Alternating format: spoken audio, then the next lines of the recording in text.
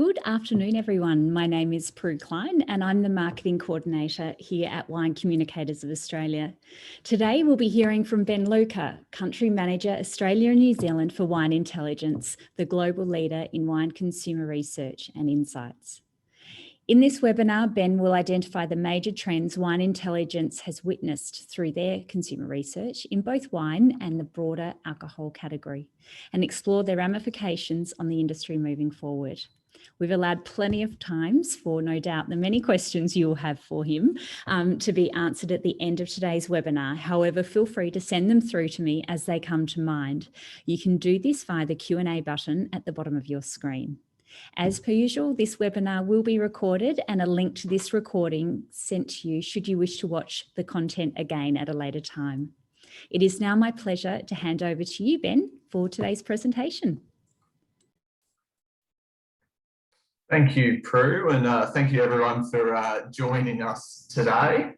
I would like to begin by acknowledging the Wadawurrung people, which is the traditional custodians of the land which I'm on today, and pay my respects to their elders, past and present.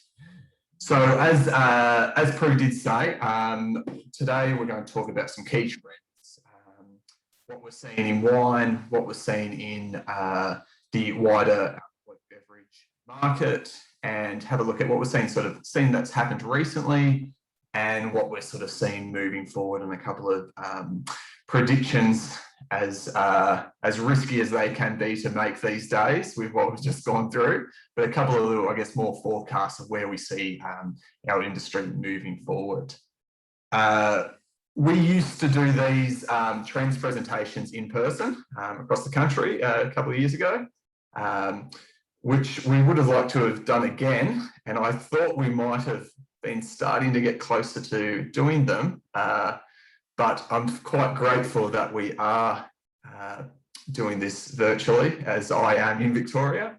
So we could have been, we could have been in some, had a bit of troubles if we were doing this in our standard format. So thanks once again to WCA for organising this, and for the beauties of digital technology that we can all be virtually together today. So the plan for what I want to talk about is, firstly, I want to provide some global market context of what we're seeing globally, and then jump into the trends that we sort of wish to identify at this point, which we've broken into three categories, which is place, people, and product.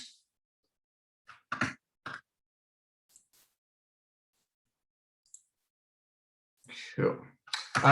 Just for those who aren't aware of Wine Intelligence, I'm quickly looking at who was signing on. I see a lot of familiar faces, but for those who don't, we are a research and insight agency that's focused squarely on the wine industry and squarely on consumer insights. So we don't do sales data, we don't do your scan data, we focus purely on the consumer. And we've been doing this for the last, close to coming up to our 20th year of doing this. We look at wine consumers in about 38 countries worldwide, which makes up about 92% of all wine consumed globally. So pretty much, if there's consumers out there that you want to talk to or you want to know about, we're pretty much talking to them. As you may have saw on the previous slide, we are now part of the IWSR group, which is another British-based drinks insights company. They've been around a little bit longer than us, about the last 40 years or so, and they look at more of the wider alcohol category. And they primarily focused on value and volume figures. So it's a nice fit for us to be with them. And as we go through here, you'll sort of see some of the data that that they can provide. The benefit for us is that now, because we normally focus on that consumer side, we can also show the other side, the volume and value data, which sort of gives us a little bit more of a nice holistic image of the markets that we look at. Cool. So Global market context. So I think I don't really need to say 2020 was obviously a very interesting year, and people want to see what has happened globally. IWSR has just released their 2020 figures, and it's been their most hotly anticipated numbers. So we shall jump into it and see what's heard. So what we're looking at here is total beverage alcohol volume. The orange dotted line was the predicted numbers. When COVID started kicking off in 2020, IWSR made a prediction that they thought that volumes were going to decline by 12%. Just recently, once they've sort of compiled their numbers, what the result has been is actually a little bit better than expected. So total beverage alcohol declines were 6.2% compared to that 12%, better than as they previously forecasted. What the resilience we found in 2020 was driven by was a couple of elements. One was industry pivoting quickly, especially in key markets.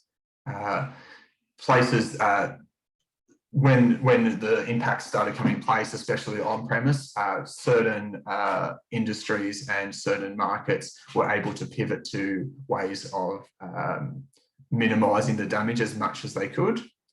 That also plays very much into the e-commerce side. There's plenty of data out there showing how prominent e-commerce has grown during this period. And that's sort of especially important that sort of happened in some key markets as well, key alcohol markets. The next one is, which we'll get into a little more, is RTDs, which saw incredible growth, mainly on the back of significant growth in the hard seltzer market. And one of the other points that the resilience was driven by was certain beverages having strong at-home consumption. So, for example, it's one of the reasons why wine, which we'll go into further, has come out of this better than many other industries, is that transition to at-home occasions, wine actually did quite well with.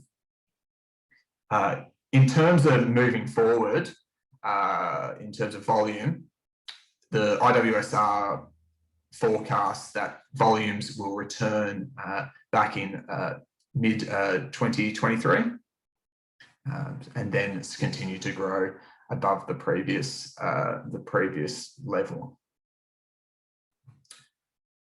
If we then jump further into specific categories, as you can see, wine, 6.5% decrease during the COVID period.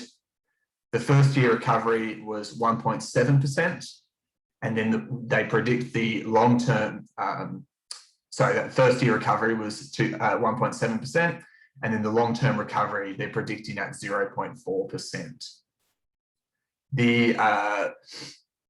With that 0.4%, in general, wine from a volume side was quite stagnant, sort of stable numbers before COVID happened. So that's sort of in line to its sort of pre-pandemic behaviour. As you can see, the massive numbers on that screen is RTDs, which were the only category to grow during the period. And the key drivers in there were obviously the US, where it is quite a huge category, followed with Canada and Japan, also quite important. And the trend was really very much fueled by that sort of lower ABV option, with a lot focused around refreshment and convenience of the beverages. A couple of interesting things, just focused on these subcategories, but just not on the slide there. In terms of beer, Australia was one of the strongest markets for beer during that period. But because it was that strong, IWSR is actually expecting it to decline in 2021. It sort of peaked above what they think should be the standard behaviour for the category.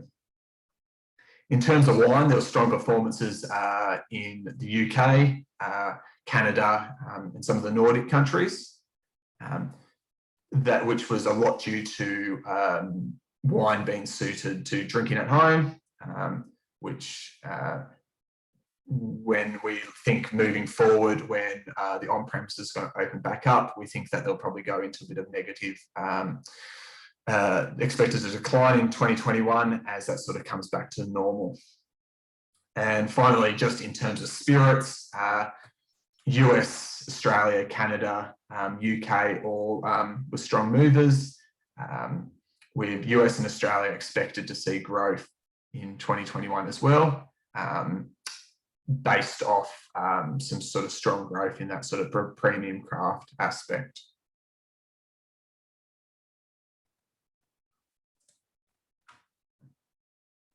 This one is a bit of the data that you may have previously seen on some of our other webinars that we've done previously, which you will see through this report. But what we have done is added extra data to it since the last time you would have seen it. So this one, what we have here is the average number of times wine is consumed per month amongst regular wine drinkers. So this is both combined the on and off premise results. And if you look at the top purple line is Australia, and we've got data points there from March 2019, so a year before really the pandemic kicked off, and then regular intervals all the way through to March 2021. And as you can see, there's been some movement across that time frame, but since when we compare the March 2021 number compared to the March 2019 number, the average number of times wine is consumed is up 15%. So I guess the point we're trying to make here is that although, and unfortunately the on-premise has really been hammered through this period, the consumption from drinking occasions on the off-premise has made up for it in terms of different occasions for drinking wine. And as you can see, there are a couple of other results for other markets. No change to China, with Germany and Sweden also seeing similar percentage increases to Australia. A lot of why we see Australia doing quite well on this is just that when we dive a little deeper into it, wine was seen as a beverage of choice at home during this period. I know for me it's a hard thing to sort of to comprehend, and I'm sure for all you guys being members of our industry, but when we talk to consumers, there is quite an intimidation to opening a bottle of wine. Yeah, I know that's hard to comprehend, but a lot of people, there is this idea that a bit of fear of opening a bottle of wine if they're not going to be able to enjoy it, if they don't want to enjoy it in one sitting. So, it might be, oh, I want to have a glass tonight, but tomorrow I'm out for dinner, and then the next day I've got to take kids to sporting events, so I'm not actually going to get involved, so I'll be opening a bottle just for one glass. Whereas with the impact of COVID and a lot of those social plans or family commitments being taken off offline, it means that they could simply open a bottle and then have one glass that night, two glasses the next night, and finish it off on the third night. So it's I know it's not the most natural thing to think, but it's a message that we constantly get told when we're talking to consumers. All right, so now we'll go jump into some trends. Place, people and product is how we've broken them up. I know it does sound very like we're about to go into a traditional marketing lecture, but let's jump into place first. So this one here, we have still specifically looking at still wine, and this is looking at some of IWSR's data. And we're looking at key markets ranked by volume on the left-hand side for 2019. So that's the actual recorded numbers we have. And then on the right-hand side, we have the same thing, but 2025. So takes into some data we have, plus forecast numbers from the team at IWSR. So a couple of movements that I just thought would be worth touching on. Brazil has made some significant movements. That's started by the fact that in 2020, it grew by 28%. We've seen some significant growth in Brazil, and think that it's a market that's going to continue to be where wine's going to continue to grow in prominence.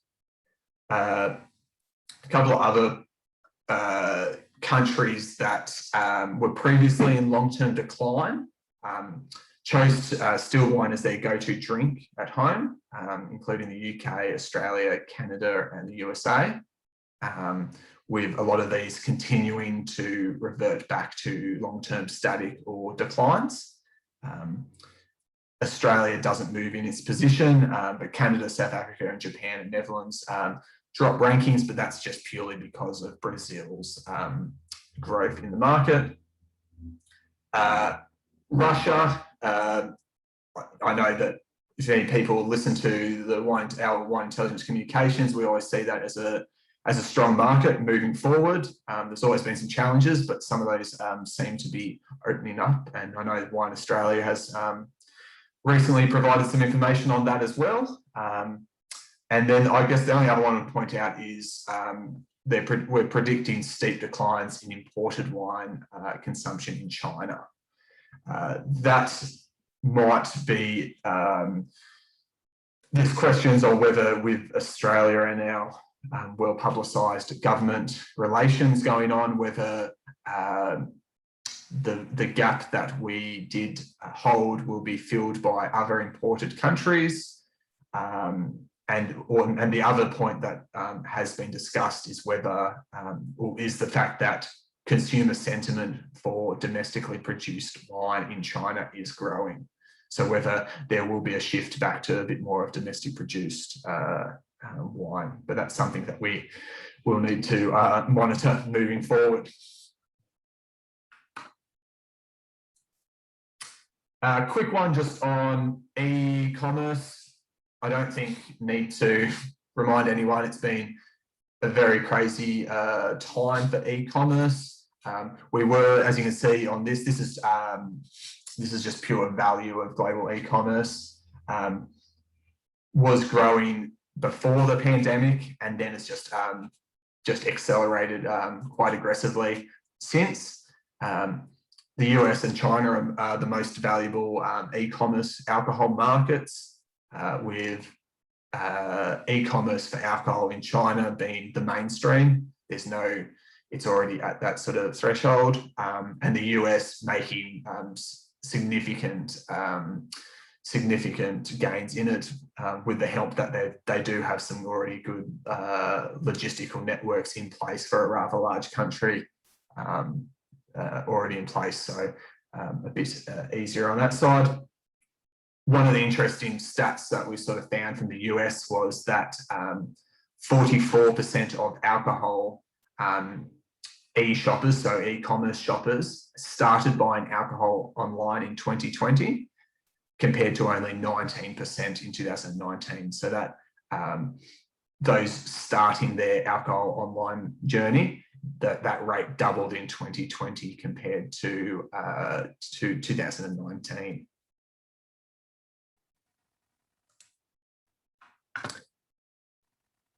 And again, just sort of supplementing that last slide with what we're seeing in terms of our data from a consumer side. This one here is just asking asking consumers, compared to pre-pandemic behaviour, are they buying in physical stores more often or less often, or online channels? And again, the purple writing and purple arrows is Australia in this one.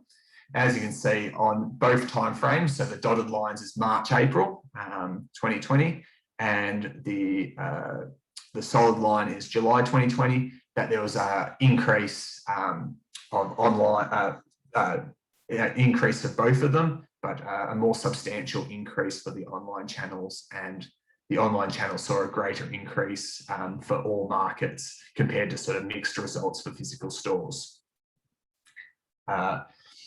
When we look at the whole e-commerce side, you know, Australia still has a long way to go.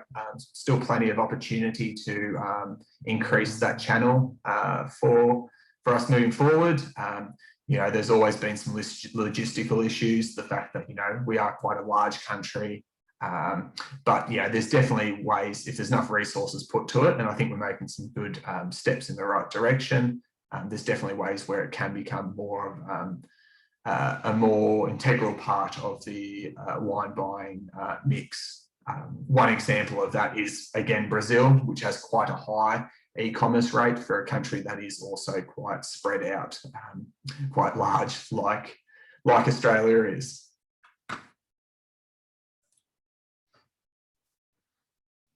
Another trend that we sort of play in, and this sort of ties back to what we were talking before as wine being the choice at home, is that wine consumption shifted to non-food occasions at home. You know, wine has an incredible link to food, which is one of its positives. It's, you know, great that we have this, you know, such a strong connection, and, you know, it's so tightly wound into the dining experience. However, the negative is that people do limit it to just food occasions. So it's a bit of a double-edged sword. But what we found during COVID times is that people were more likely to consume wine without food. So more at that first occasion and as a relaxing drink at the end of the day at home. So we saw that rise for many countries, especially Australia.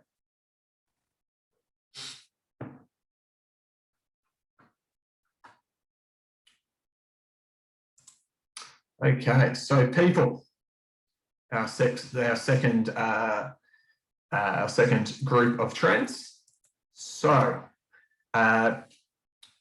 during COVID, and again, this is something that people might be familiar with, we did some COVID tracker reports where as we were gathering data very often throughout the year, we asked consumers, specifically regular wine drinkers, who we deal with here at Wine Intelligence, about their views about what's going to happen, their outlook for their lifestyle moving forward in terms of COVID and how it's going to impact their routines. So we asked them some questions, being the data nerds that we are, created an algorithm, spat them out, so they came into 4 different segments, and they're the ones on the screen there. So hedonists, which are ones that are like, their general opinion is, once we sort of get over COVID, I'm going to go even harder than I was before. So this is sort of like the sort of end of prohibition sort of images that, you know, I'm going to be socializing even more. I'm going to be, you know, spending more time out. I'm going to be dining out more. That's the hedonist sort of style. The moderators is, you know, I obviously won't be going overseas, but I'll still be, you know, going traveling interstate and, you know, still having holidays that way. Reducers were like, you know, I probably won't go on larger trips. I might get away here or there. I might not go, you know, to my usual Friday night drinks as much, but, you know, I'll still go to, you know, if there's a birthday, someone's having a function, I'll still go to those, but I probably won't go out of my way to go and relax. And then the halters were literally the guys who said, yeah, no, there's too much danger out there. I'm going to I'm going back into sort of my shell and, you know, doing the bare minimum for what they have to do moving forward. So we've followed these groups moving forward. So we had a read in April 2020, a read in August 2020, and then with our recent April 2021 read. And what we're sort of seeing is that from April 2020 to August 2020, that was sort of when we sort of saw consumer sentiment in the regular wine drinker group go from, you know, obviously there is a threat there with COVID, but, you know, we'll soon be over this and then we can get back to sort of normal. Whereas August 2020, it sort of, as we sort of went along and saw that we weren't, it wasn't as easy to, you know, take control of the virus. That reduces credit category really grew, where people go, well, this is going to be around for a while, so I might can those plans I had for more elaborate trips or what I was going to do in the future. Now, once we've gone to April 2021, what we've seen is that a lot more of a positive view, similar towards that April 2020 mark. So we're seeing big growth back in the hedonists, which, yeah, is probably a good message for especially those who do rely on people socialising. So I'm thinking all the on-premise tourist operators and accommodation operators. The moderators numbers are sort of reverting back to the April 2020 numbers, the same as the reducers, and the halters are declining massively down to 3%. So what we sort of think here is that, you know, consumers are seeing that there is a light at the end of the tunnel. That light might still be a long way away, but, you know, with the rollout of vaccines, which, you know, I know we're not probably moving as fast as other places, but they're seeing success, you know, seeing the rates over in the UK and the US. So there's a little bit more of a positive attitude towards how things move forward.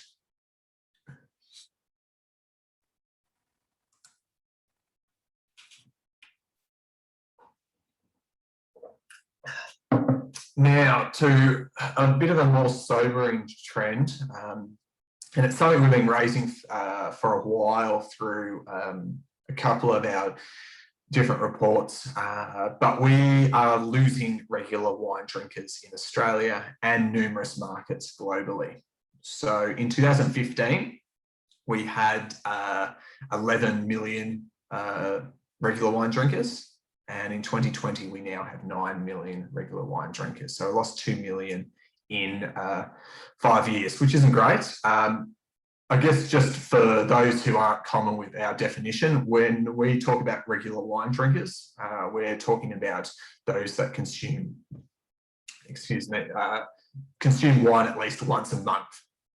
I know that may seem like a very open definition, but it's pretty much industry standard, and it sort of gets us our right sample of that who we want to talk to. So see, yeah, Australia losing 2 million, the US seeing a decline as well as the UK, China and Canada seeing an increase. In terms of Australia, where we're falling down is in the link between converting adults in the legal drinking age into wine drinkers at all under any time frame. So those that say they at least have consumed wine or will drink a wine. So it's just that, again, that first link. Whereas if we then look at those that converting the conversion to regular wine drinkers, so looking at people that consume once a month or even once weekly, that percentage has remained stable over the last 5 years. So once we can get them to be a wine drinker, getting them as a more regular wine drinkers, hasn't been an issue. It's really just getting them into the category.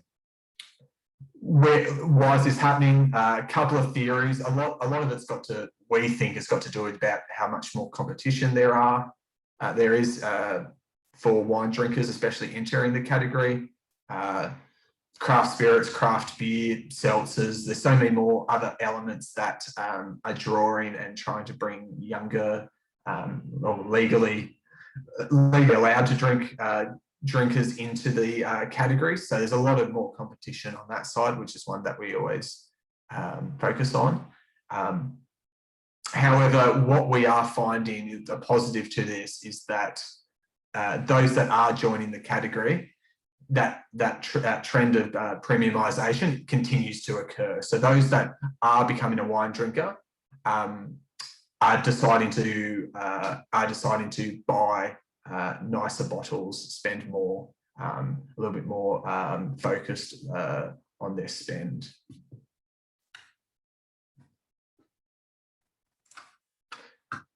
And then if we jump into some IWSR data here, and this is taking a step back and reverting back to total beverage alcohol, but we can see that the millennials are the engine room of consumption in total beverage alcohol consumption, followed by Gen X, seeing lesser than average for Gen Z and boomers moving through the later half of last year. The issue that we have is that, you know, we've got millennials as being the engine room, but when we start talking to them about alcohol and you know, everyone's favourite trend of moderation is that they're more likely to say they're also moderating their alcohol consumption. The thing that we always have to keep in mind when we are dealing with consumer data is the fact that we are dealing with consumer data, and behind the consumers are humans, and humans aren't logical. So what we have here is that, yeah, the group that is driving our consumption is also questioning how much alcohol they do want to consume.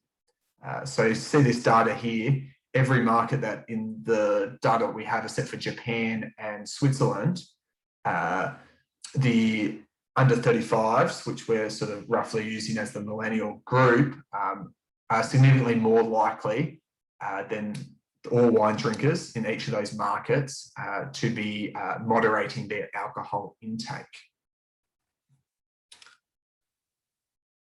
And when we look at that specific group, those under 35s, and compare them now to back in 2010, we can see that the proportion of that group that are considered a regular wine drinker, those that consume wine at least once a month, has significantly decreased, which is the same for the other groups. So it's sort of in line with what we were saying at the start about the number of regular wine drinkers declining overall. It's been declining in all the each of the different age groups.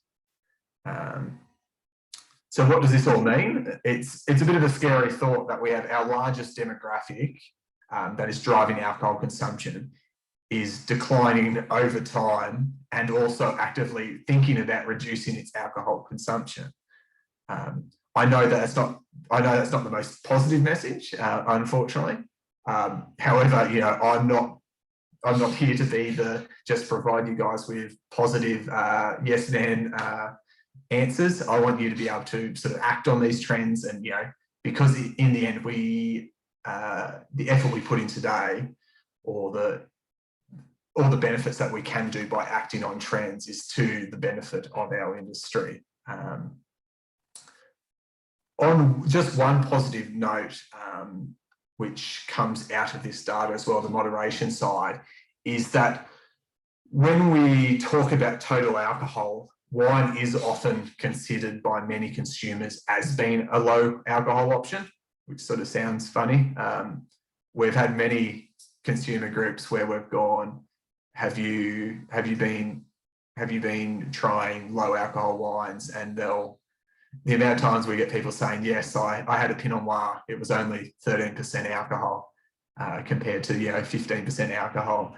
So excluding the actual subcategory of specifically marketed lower alcohol wines, many consumers tell us in these focus groups that that if they're wanting a lighter choice, and when they talk about lighter alcohol, a lot of times they are choosing wine compared to, I guess, harder spirits.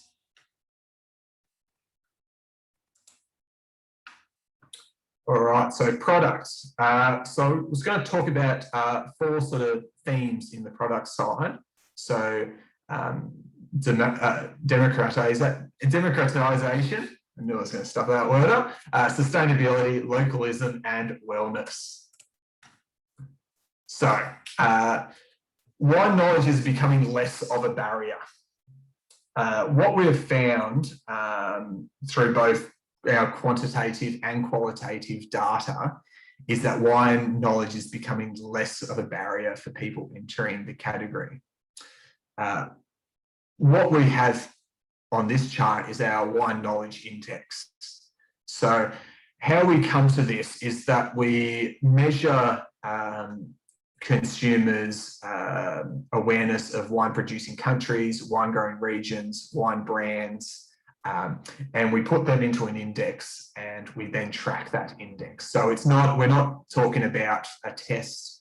We're not saying, you know, what country is this region in, and then yes or no answers, or, you know, formal accreditation. We're purely looking at their just level of awareness of places. And what we have here is that the lighter blue circle is the 2019 measure, and the 2021 measure is the darker blue is the 2021 measure. So as you can see, for Australia, it has declined, as well as the US for a small amount, Canada, Sweden, Brazil, China, South Korea, and Germany.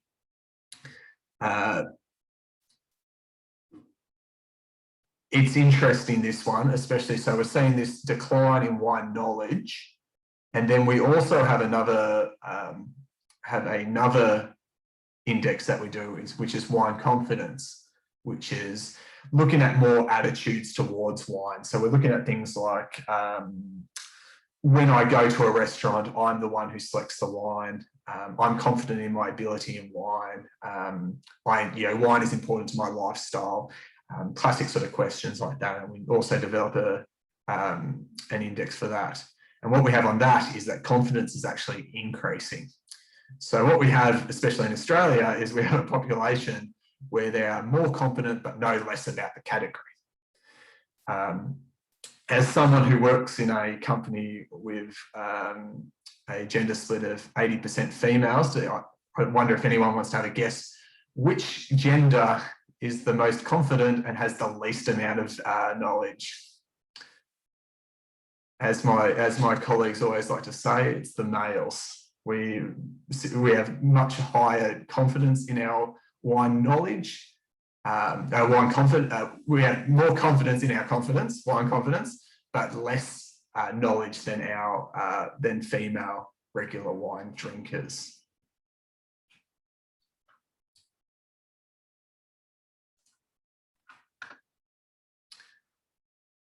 Since COVID has been with us, we've also been seeing a decline in the average number of wine brands that consumers are aware of. As you can see, the columns here are 2019, 20 and 21, with Australia having a flat result between 2019 and 20, and then seeing a decline since 2019, decline since 2020, sorry. There's a couple of, we're still doing a lot of work into this to see sort of what we think is driving it. But a lot of the elements that we have with both brand awareness and region awareness and country awareness is the fact that consumers don't need to have that recall of brands anymore as much as previously. Previously, especially with regions, it used to be a way of people understanding whether a wine was going to be good. You'd have that knowledge in your head, and you'd go, well, I know that Yarra Valley produces good Pinot Noir, so therefore I go in there and therefore I go in there and I find the Yarra Valley and then I keep that knowledge. Whereas what we're finding is that because everyone has their phones and the ability to Google things, they're not having to have that recall. They can do their fact checking and their justifying choices quickly on their phone without having to have that stored in their brain. So they can Google a region they might not know or a brand they might not know and be able to be justified for their purchase.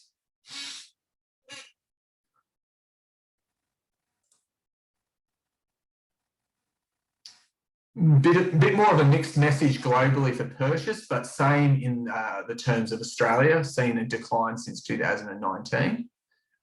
Again, I just stressed with these ones is that we're talking about consumer claimed purchase. We're not talking about volumes. So although we're seeing the number of brands, average number being declining here, I know there's been lots of very good results in the market during this period, sales volumes. Yeah, it's not a direct correlation. It's more that the breadth of purchases, it's becoming a tighter repertoire of brands. So the volumes, they might still be buying the same amount of wine or more wine, but the amount of brands that they're purchasing from is becoming narrower.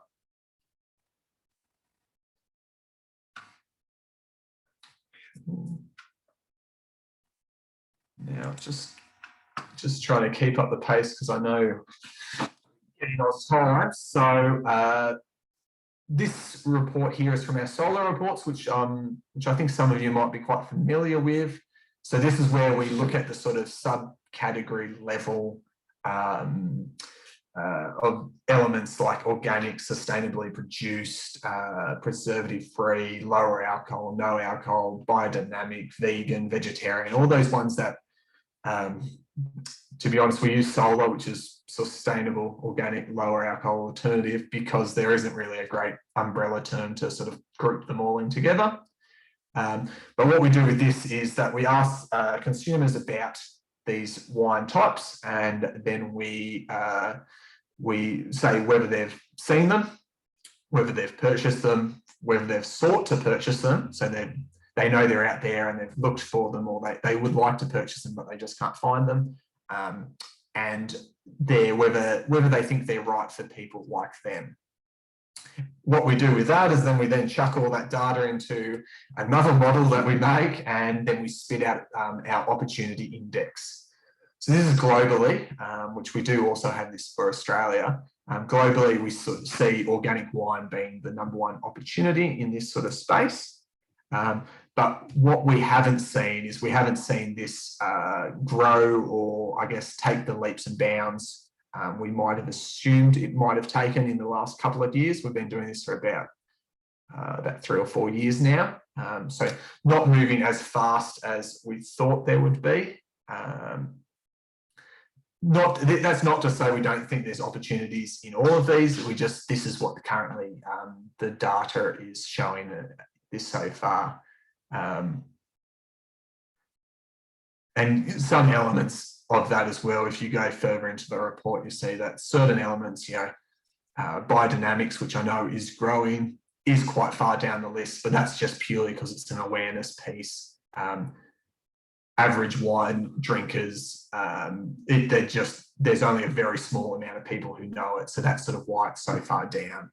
So I guess, yeah, if there's any questions specifically about those, we refer to the report, or if you have any questions, let me know.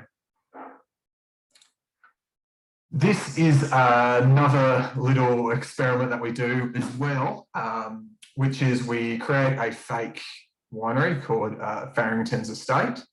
And then we have their fake bottle, and then we have a control bottle with nothing on it. And then we put a couple of different claims, which are the claims running on the screen there, and see how different the intent to purchase of each claim is compared to the no claim control bottle. Again, not a perfect experiment. I know it's not, there's certain elements you can take and certain bits that you question, but it's just a good way to sort of see what claims as controlled as we can at this stage, how they impact purchase behaviour. So what, as you can see, and as much as we all mock it to a point, award-winning still is the number one improving net intent to purchase. You know, the medals on the bottle. I know there's a bit of, people like to mock it a bit, but from this research, it does again reinforce that there is a consumer motivation to it, followed by the established heritage claim. The third one there is natural wine. We do just put that in there for a couple of markets just to see the results, but I wouldn't take much notice on it just because it's a very confusing topic to discuss with consumers. But the natural wine movement, natural wine segment of our industry that we would talk about is very different to what consumers say as natural wine. When you talk to them about natural wine isn't all wine natural. You know, you pick the grapes, you put them, you crush them with your feet, they ferment, and then you put them in a bottle, and that's wine. That's the image a lot of consumers have on the industry. So when you go natural wine, it's almost like, why is other wine unnatural? So just, yeah, stay away from that one. And vegan and vegetarian, they're down that, quite down that line. That's purely because when you put it on, when we found with this and other work that we've done, that consumers sort of think if it's a main piece that maybe if they're not vegan or vegetarian, the wine's not for them. So I wouldn't read that. I wouldn't squarely just read this piece of data on that claims of vegan and vegetarianism. There has been a lot of success with people doing it, but just in this, how this question's framed, it's sort of, it's on a whole market level, a lot of people sort of get turned off or a bit confused on whether the wine is right for them if they don't identify as a vegan or vegetarian.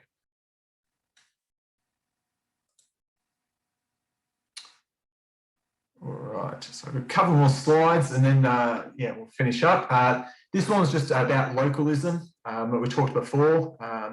During 2020, we've seen there's been a demand for local products, squeezing imports to an extent, whether that be local as into local regions, like within your actual region, whether it be state-based or even I'm supporting Australian, and that's a localism side. The chart that we have here is a index score, just asking consumers whether they're buying more or less of wines from either domestic, in the case of Australia, New Zealand wine, or other imported wines, or old world, new world in other countries.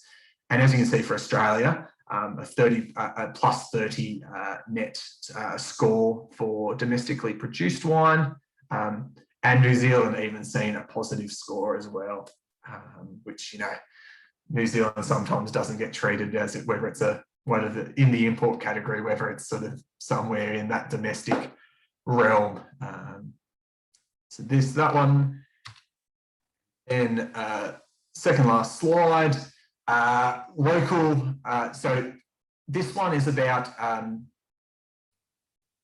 total beverage alcohol. Is the darker blue line, and then the turquoise line is pure litres. So moving forward, what we see here is that both of those measures saw a sharp decline during 2020, and then their recovery is slightly different, with total beverage alcohol having a stronger recovery and growing much more aggressively compared to the pure litres, with still recovering but a lot more slower recovery, and not forecast to hit the same heights as the total beverage alcohol. This is purely, which we see is being driven by more preference towards lower alcohol beverages, so away from hard spirits and towards seltzers, even though, you know, some of those percentages do get quite high, but less than hard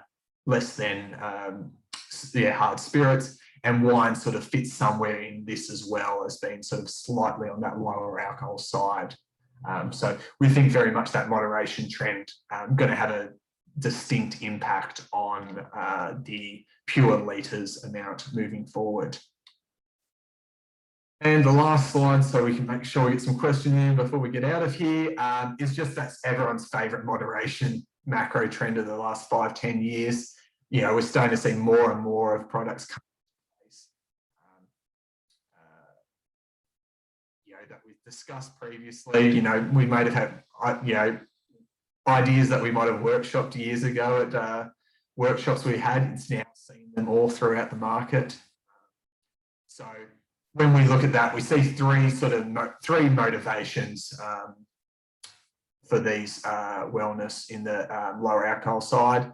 First one being that health. It's just purely better for my health. A lot of brands are now really going hard on actually labeling calories so that they actually understand that the consumer understands that the option they have does have lower calories. And there's always that question also about fewer headaches and, you know, the impacts of alcohol or sulfur on your health. Second is the sense of control. You know, see a strong results for this in terms of those that want to drive, as well as those who might not feel that they're always in control when they're drinking a normal beverage. And the third one, which is starting to grow, which always was a bit of a battle for some of these lower alcohol products, was taste. So starting to see people enjoying the taste rising around motivations. It did start quite low when perhaps there were some people in the market making examples that weren't, you know, weren't probably hitting the consumer demand in terms of taste. But now we're starting to see that sort of starting to grow in consumer sentiment, and also goes better with food. I think, you know, some of our cuisine is, you know, that sort of lighter style and, you know, those lighter beverages that aren't as rich and alcohol heavy generally become a little bit nicer to have with food. And that's my presentation, everyone. I hope you took something out of it. My details are on the screen, so feel free, if you do have any questions you want to take offline and not do on here, feel free to come in touch. Great. Thank you so much, Ben. I'm sure everyone online will agree that there was some really, really interesting and some surprising consumer insights from your presentation today. I think we received lots and lots of sales data when it comes to various markets, and it's really refreshing to see what the consumers are actually thinking and interpreting for the wine category. So I think one of the big facts that you stated today that's going to stay with me for a long time is that $9 billion increase in the global e-commerce market over 12 months, and that, you know, there's still so much opportunity here in Australia for that to grow. It's a really, really positive message. So we will move into Q&A now. So feel free to type in any questions you may have for Ben. I have got one to start with, Ben, with the demarcation trend, which I can't say either, so we'll both put that one down. Glad I'm not the only one. Yeah. Is this an indication that consumers don't want to or care about wine, or that people are becoming happier to buy without objective knowledge? Yeah, Second part to this question is, how much of this is the Google effect? Yeah, so this is really interesting, because I think when we talk about this trend, it's a natural way to go, well, if that doesn't matter, who cares about anything? Like, do they, you know, let's just dumb down the offering and try and then just, try and make it as, you know, whether you go down like the prettiest product or, you know, what's going to be the motivation moving forward, which I think is a pretty dangerous way to go. I think no one likes to be a dumbed down product. I think there's still that, wine still has that romantic element to it. We're just finding that this sort of the consumer choice cues are just starting to shift with different generations coming through. So things that previously were really important of, you know, the for example, regionality, you know, where, you know, I'm from this region is not becoming as much as a driver on points. Still, we find though, if you take away the specifics of the regionality, coming from somewhere and claiming that, and that, you know, that's the reason why you produce good wine, still is very important with the consumer. But it's more just more of a hygiene factor for the consumer of what it does come from somewhere. So the way I always think about it, I always think about Four Pillars, the gin brand, and go, you know, you're Yarra Valley, and they do claim a bit on that Yarra Valley. Does gin from the Yarra Valley taste better than gin from anywhere else? I don't think the grains are from there or anything like that. It's more that it comes from a place and it sort of has that tick point of that sort of the romantic element of the valley. I think that's one point.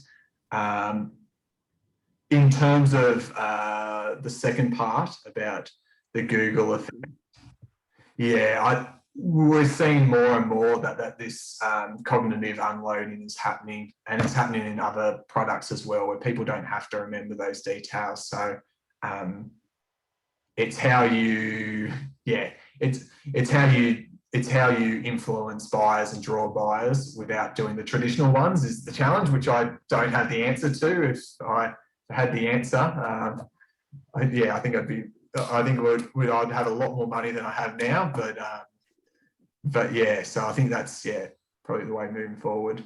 Great. Thank you, Ben. We've got a few more questions that have come in. In terms of endorsements as demand drivers, is there any specific awards or competitions that you found that those people you've surveyed mention the most in Australia? Yeah, that's really interesting. So, and I hate to, like, I guess I hate to say this, as a person in the industry, right, I really enjoy wine shows and I look at results and things like that. Taking a step away from wine shows, if we're talking about average people, I reckon our understanding is most of that value on bottle is the fact that you have won an award, and they don't actually look too much where the actual award is coming from. That's talking though at the very much our mainstream consumer level. You know, there's always going to be that higher involved drinker that goes, oh, they won at the Royal Sydney, or, you know, they won this award and claim to do that. But at this point, it's really, you know, and as basic as it sounds, if you've got any bling on the label, we generally see that correlating in positive consumer sentiment. Interesting, thank you. Next question is, how do you expect wine/liquor e-commerce to evolve over the coming, you know, 5 or so years? Yeah, I think to be honest, I think one of the one things is just shaping up that price offering. Yeah, our product is a heavy product that's fragile, and we buy in a decent, compared to a lot of other industries, larger quantity. So shipping things around does cost a lot of money. But from a consumer perspective, and I think you're starting to see people do it now, consumers really don't want to say, okay, I bought the wine and now I have to pay 15, 20 bucks delivery, or I have to buy a certain amount.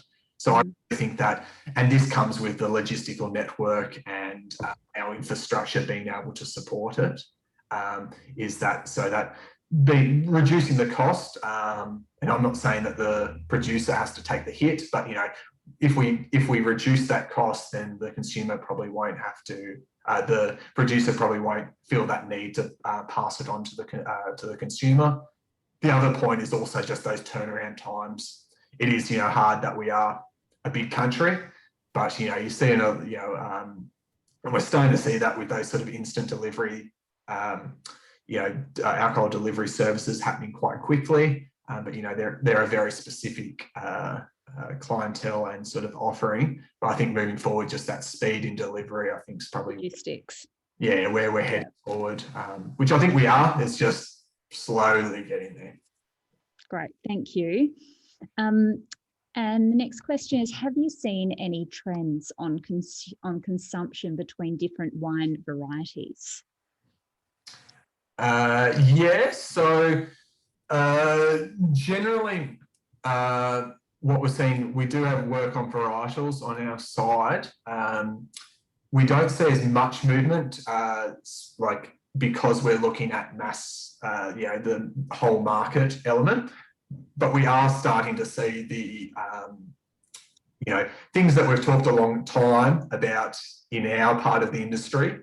So alternative varietals starting to make their presence onto our data, which moving from whether it was smaller producers and that specialized on-prem into more mainstream offerings, starting to see that come through. But this is, we're talking about still very mainstream things like starting to see the re-emergence of Grenache actually showing onto data. Things like the Spanish and Italian varietals that have been produced in Australia, starting to see them climb up consumption side. But then just on the mainstream, things like, and I know it might sound a little bit basic for many on the call, but things like, Pinot Gris just starting to work its way up to sort of the major white varietals, which it used to, even though we probably say it as a mainstream varietal, it used to stay quite a bit down from, Sauvignon Blanc, Chardonnay, Semillon. So. Interesting. Thanks so much, Ben. I don't have any further questions today. I'm sure there's plenty going through everyone's minds. And as we can see on the screen, Ben has kindly provided his contact details for him and the website there, wineintelligence.com, if you want to check out some other data that they have free access to from their site. So I will wrap everything up now then. WCA's next webinar will be held on Tuesday, 13th of July. It's going to be presented by Associate Professor Armando Maria Corsi from the Adelaide Business School. In this webinar, he's going to address the question of, do we need nutritional information and ingredients on wine labels? So it'll be a nice flow on from Ben's presentation about that kind of consumer insights into what's important. And registrations for that webinar will open later today. For all WCA members, the recordings from previous webinars are held on our website in the members section, and any Wine Australia sponsored webinar recordings are available on the WCA YouTube channel. So please go to our website to find these recordings. It's just winecommunicators.com.au. If you have any suggestions on webinar topics you'd like us to cover in the program, please don't hesitate to email me directly at wca.com, at winecommunicators.com.au. Thank you again for joining us today. We hope you enjoyed this webinar. I certainly did. Enjoy the rest of your afternoon.